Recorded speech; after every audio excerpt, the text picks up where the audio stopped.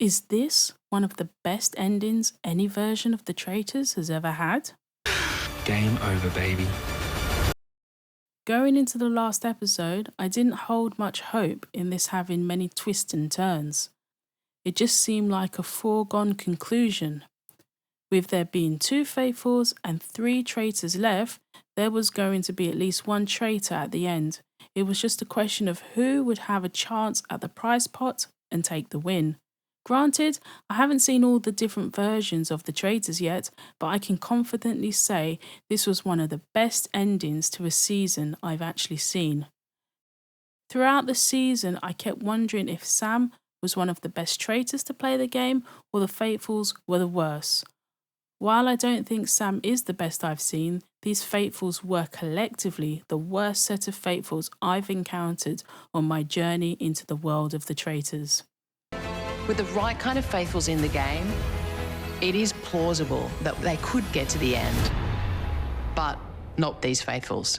As a collective unit, they were poor, with Annabelle and Luke being the exception, but they missed the target in actually getting Blake or Sam banished.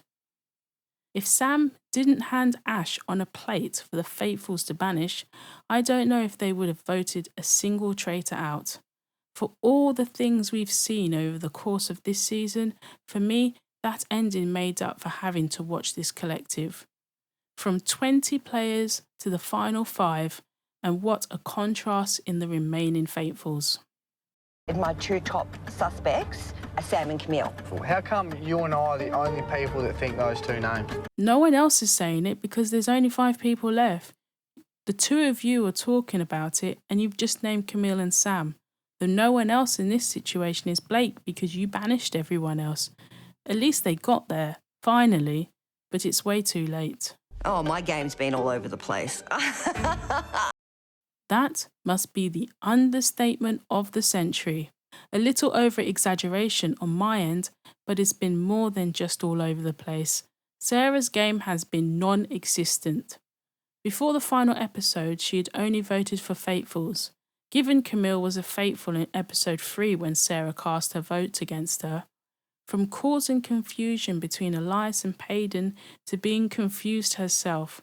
From nearly being banished in episode 1 to finding herself in the final because she's been so off the mark that she's not a threat to anyone but the faithfuls, which then ended up being a big help to the traitors. Sarah is such an unknown element. You can't make plans around her being a reliable factor to that plan. Looking at her voting pattern, every faithful that's been banished, Sarah has voted them out.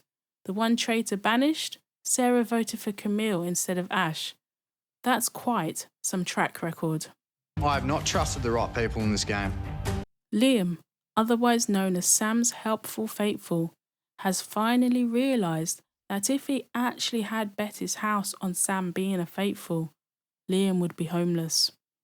All season long, Liam has been super confident in Sam's role as a faithful, probably the most confident he felt about anyone. Now here Liam is facing the fact that he was wrong the whole time. Sam is a traitor. He's been playing me this entire game. I've done all of his dirty work, which pisses me off. Liam has basically looked pissed off since he clocked he trusted the wrong person. He should be equally pissed he has to rely on Sarah to help banish a traitor. And I'm confident that I'm voting for Sam. I'm confident that Sarah's voting for Sam. There's no hope. You should just pack up your bags now and call it a day.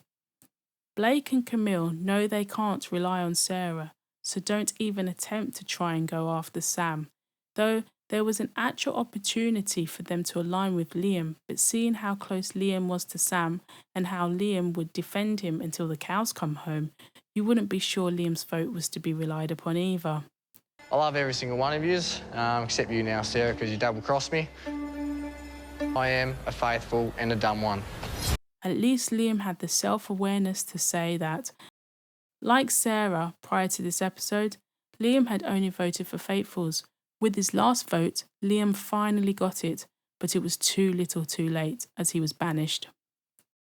So 3 traitors and Sarah, the final faithful left. But even now, you cannot rely on Sarah to build any sort of plans. Where was Sarah when Sam was having all of his chats with Blake and Camille? The editors really made her a non-entity until they gathered around the fire pit. It's going to give me great joy to banish Sam. Oh, I'm sorry, I couldn't help but laugh when Sarah said her vote and then realised what was actually happening. I did wonder if she had been paying attention this whole game and questioned if she might have thought there was only one traitor left. She seemed to have this confidence that was extremely unwarranted. She seemed so proud of herself for finally being able to banish a traitor, but her vote was insignificant. Where was all this at the round table when she went for Liam instead of Sam? So it came down to Blake and Sam, the OG traitors from day one, and the recruited Camille, facing the traitor's dilemma to share or steal the prize pot of 208,000 Australian dollars. The simple yet not so simple choice that had many different outcomes. They all vote share, and it's divided between the three of them. If one votes to steal, then that person wins it all. If two vote to steal, then they split it 50-50. But if they all vote to steal, then no one wins the money.